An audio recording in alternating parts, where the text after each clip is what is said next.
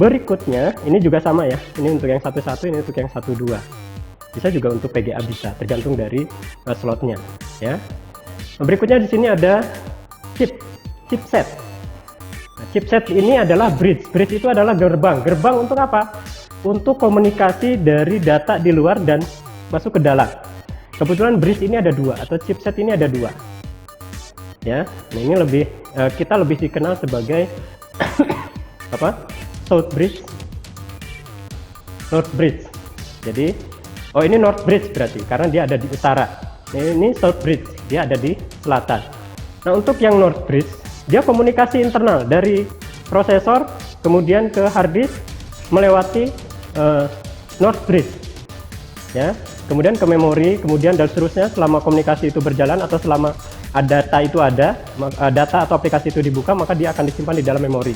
Nanti saya akan jelaskan di tahapan memori ya. Nah, ini adalah, saya ulangi, untuk yang chipset North Bridge ya. Ini untuk yang chipset yang lebih kita kenal chipset. Untuk yang South Bridge ya, atau gerbang selatan. Nah, ini untuk yang gerbang selatan ini komunikasi antara eksternal dari luar ya ke dalam ya. Sebelum dia komunikasi ke dalam, dia harus melewati North Bridge. Makanya dia di sini lebih kecil dibandingkan dengan North Bridge. Kenapa? Karena North Bridge ini lebih aktif dibandingkan dengan South Bridge. Contoh komunikasi South Bridge itu adalah penggunaan keyboard, mouse itu sangat jarang kan ya. Tapi kalau ini komunikasinya dari prosesor melewati ini kemudian ke RAM atau memori internal atau ke hard disk dan seterusnya. Nanti juga saya akan jelaskan. Berikutnya kita sudah jelaskan ini. Nah, berikutnya di sini ada slot untuk apa ini, SATA ya. SATA itu untuk apa? Untuk hard disk.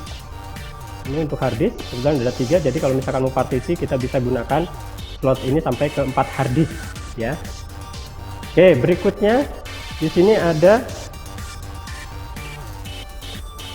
untuk yang, nah ini untuk yang LPT ya. Nah, LPT tadi ini adalah paralel ya, ini paralel untuk printer ya. Ternyata dia ada pasangannya tapi dia tidak terpasangkan di input output port ya. Nah, di sini ada juga LPT tertulis ya. Nah, kemudian di sini ada untuk daya kipas atau sistem fans ya, ada tertulis di dasarnya. Kemudian nah, ini untuk yang port USB. Nah, ini dipasangkan, terdapat di dalam casingnya. Nah, di sini tertulis, jadi kita tidak akan salah ya. Di sini ada USB. Nah, kemudian berikutnya adalah ini di USB ada 2 ya, untuk USB ada 2. Kemudian berikutnya ini untuk yang CPU fan. Kalau misalkan kita terpasang heatsinknya disimpan di sini, dayanya dipasang di sini. Nah, berikutnya di sini ada ini power untuk ATX 12 volt ya. Ini ATX 12 volt, hanya di sini. Selebihnya itu 12 volt ke bawah, terpasang di sini. Ya. Oke, nah ini untuk yang slot ATX dari power supply. Nah, ini adalah untuk slot memori. Nah, memori, supaya kita tidak bingung ini kompatibelnya dengan memori DDR berapa. Anda tidak usah bingung karena di dasarnya di sini sudah tertulis bahwa ini adalah slot untuk memori berapa. Ya, bisa dilihat ini adalah slot untuk memori DDR2 ya. Nah, ini untuk yang apa, konektor ya. Ini untuk yang konektor. Fungsinya untuk apa? Fungsinya untuk misalkan di sini ada power untuk HDD konektor ini. Ya, cara pasangnya bagaimana? Kita tidak usah khawatir karena di sini sudah ada petunjuk di dasarnya.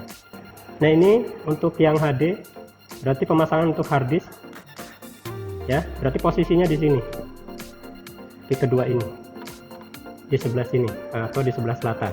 Nah, restart itu ada di kedua selatan ya. Jadi setelah 12, pin 12, kemudian 34. Nah, 34 itu untuk yang restart. Nah, yang di atasnya ini adalah untuk power. Ya, jadi di sininya sudah tertulis. Nah, ini untuk power switch. Ada ya. Jadi ini kita tinggal pasangkan di power. Power ada di sebelah utara, pin ke-34. Nah, untuk yang prosesor, di sini kalau misalkan kita lihat hampir sama. Nah, ini untuk mudah kita tekan belakangnya.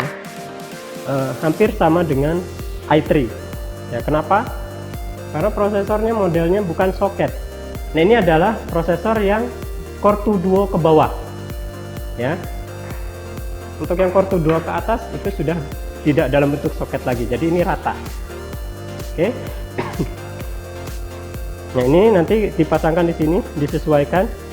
Nah, berikutnya, nah di sini untuk yang port-portnya saya tegaskan lagi. Di sini ada port LAN, port USB, port audio, VGA card, port VGA card. Ini port COM1.